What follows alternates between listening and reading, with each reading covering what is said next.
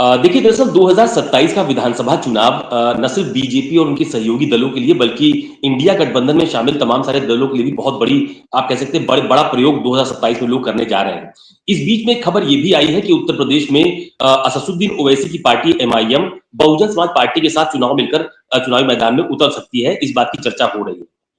दरअसल इस चर्चा को बल उस वक्त मिला जब एमआईएम के उत्तर प्रदेश के अध्यक्ष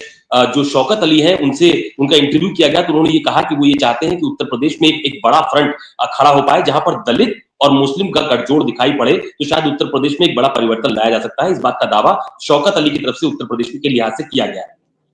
हालांकि उनकी तरफ से यह भी कहा जा रहा था कि बहुजन समाज पार्टी के ऐसे बहुत सारे नेता हैं जो उनकी पार्टी के नेताओं के संपर्क में हैं और वो लगातार इस बात की चर्चा भी कर रहे हैं कि विधानसभा चुनाव को लेकर कुछ सीटों पर ओवैसी की पार्टी और बसपा प्रमुख मायावती की पार्टी का आपस में गठबंधन हो जाए तो उसका बड़ा सियासी लाभ उत्तर प्रदेश में इनके गठबंधन को मिल सकता है। लेकिन महत्वपूर्ण बात यह है कि साल 2024 का लोकसभा चुनाव भी उत्तर प्रदेश में ओवैसी की पार्टी ने एक नया गठबंधन बनाकर एक नया मोर्चा बनाकर लड़ा था, लेकिन बहुत ज्यादा उसमें उनको कुछ हासिल नहीं हुआ था। आपको ध्यान होगा कि जो अपना दल कमेरावादी के नेता है पल्लवी पटेल, उनकी पार्टी के साथ ओवैसी ने उत्तर प्रदेश में गठबंधन किया था और तमाम सारे छोटे दलों को उसमें शामिल किया गया था, जिसमें भागीदारी मोर्चा था और भी बहुत सारे ऐसे दल थे जिनकी बहुत ज्यादा सक्रियता उत्तर प्रदेश में नहीं देखी जाती है। तो उन दलों को साथ लाकर एक सियासी संदेश देने की कोशिश जरूर की गई थी कि उनकी भी मौजूदगी उत्तर प्रदेश के चुनाव में दर्ज की जाए। अब यूपी के जो अध्यक्ष हैं शौकत अली, उनकी तरफ से कहा जा रहा है कि ये बात उन्होंने मुझसे बातचीत के दौरान कही थी कि जब मायावती जी का जन्मदिन था 15 जनवरी को, तो उस दौरान ओवैसी की मायावती जी से पार्टी के एक नेता ने बातचीत करवाई थी। तो उस दौरान एक संवाद की प्रक्रिया शुरू हुई और उसके बाद ये कोशिश की जा रही है कि वो प्रक्रिया लगातार जारी रहे। उनकी पार्टी के नेताओं की तरफ से यह भी दावा किया जाता रहा है कि बहुत ज्यादा बातचीत असदुद्दीन ओवैसी और मायावती के बीच में सियासी तौर पर नहीं देखी गई है। अब उसके पीछे भी बहुत बड़ी वजह है। यूपी में एक तरफ जहां पर इंडिया गठबंधन है जिसमें समाजवादी पार्टी शामिल है, जिसमें कांग्रेस पार्टी शामिल है बड़े प्लेयर के तौर पर, उनका जो वोट बैंक है खास तौर पर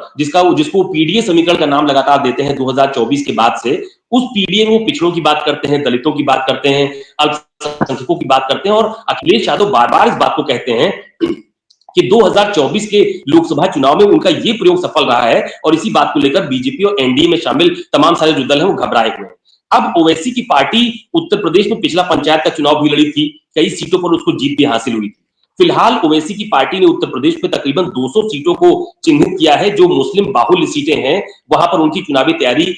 देखी भी जा रही है। वो लोग लगातार संगठन की बैठकें कर भी रहे हैं। जो उत्तर प्रदेश का उनका संगठन है, मैं उत्तर प्रदेश के जो अध्यक्ष है शौकत अली, उनके बयान को कोट करते हुए ये बात कह रहा हूं।